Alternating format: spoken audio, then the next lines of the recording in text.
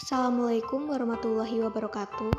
Yang saya hormati Bapak Danu Aristianto, SSY MH, selaku pengampu mata kuliah Fiqh di kelas kami, serta teman-temanku sekalian.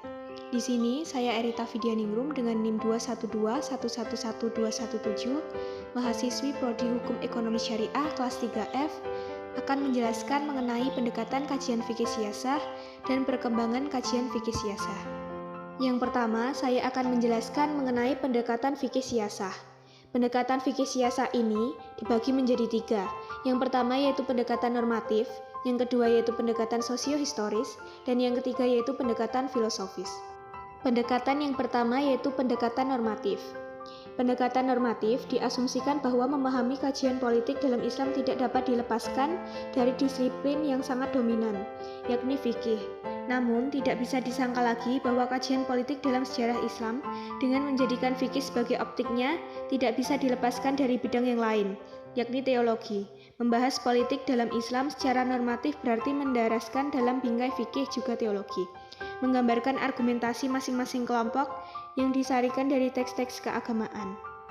Pendekatan kajian fikih siyasah yang kedua yaitu pendekatan sosiohistoris. Pendekatan sosiohistoris berarti menggabungkan dua pendekatan sekaligus, yakni sosiologis dan sejarah sebagai sebuah cara pandang.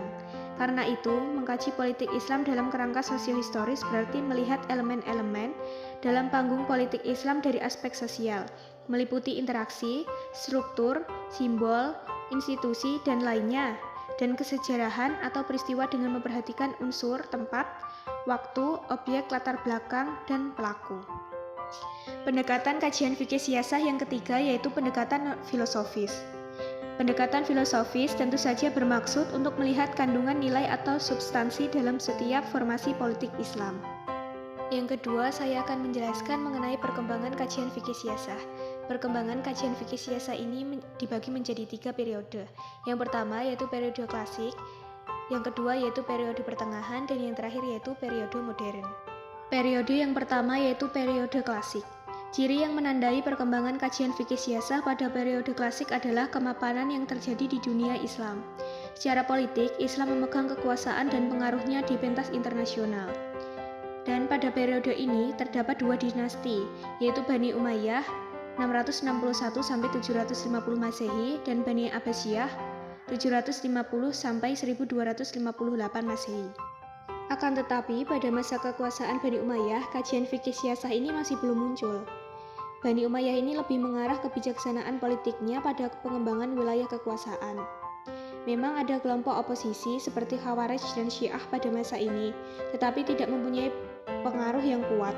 Pemikiran-pemikiran dan gerakan mereka pun cenderung radikal dan ekstrim dalam menentang kekuasaan Bani Umayyah.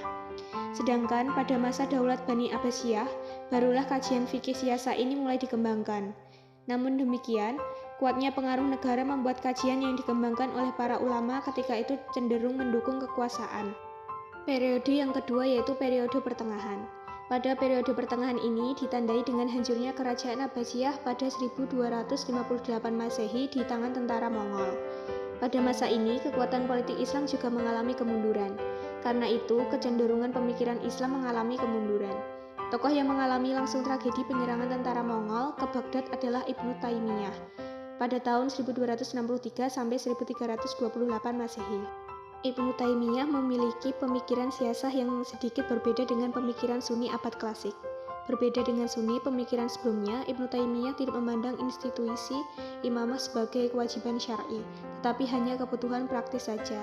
Ibnu Taimiyah pun tidak mengungkapkan secara tegas syarat Quraisy sebagai kepala negara. Ia hanya menegaskan dua syarat untuk menjadi kepala negara, yaitu kejujuran dan kewajiban atau kekuatan. Kedua hal ini merupakan syarat mutlak yang harus dipenuhi. Dengan kedua syarat ini akan tercipta keadilan dalam masyarakat yang merupakan cita-cita dan tujuan utama syariat Islam. Periode yang ketiga yaitu periode modern.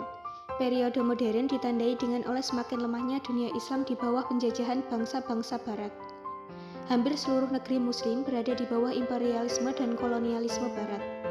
Dalam lapangan politik, sikap pertama melahirkan aliran yang menyatakan bahwa Islam adalah agama yang serba lengkap, mengatur segala aspek kehidupan manusia, termasuk politik dan kenegaraan.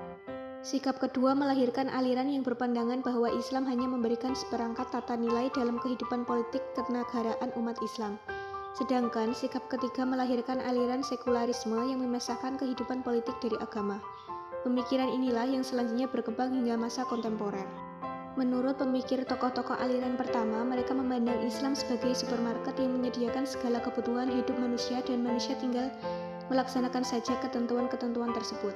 Secara umum, pemikir-pemikir kelompok pertama ini juga masih mendambakan adanya negara universal yang menyatukan seluruh dunia Islam. Selain itu, mereka memandang Barat sebagai musuh Islam.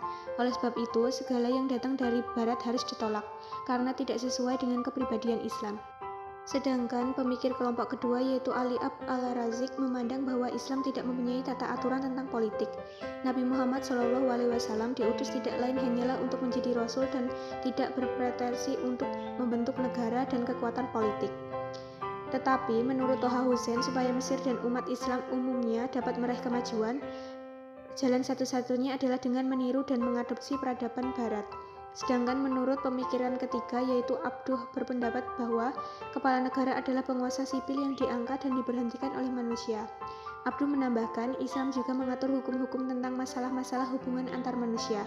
Agar hukum tersebut berjalan secara efektif, maka diperlukan pemimpin atau kepala negara yang akan melaksanakan dan mengawasi pelaksanaannya. Namun demikian, kepala negara tersebut bukanlah wakil Tuhan, melainkan hanya pemimpin politik. Sekian apa yang dapat saya sampaikan, kurang lebihnya mohon dimaafkan. Wassalamualaikum warahmatullahi wabarakatuh.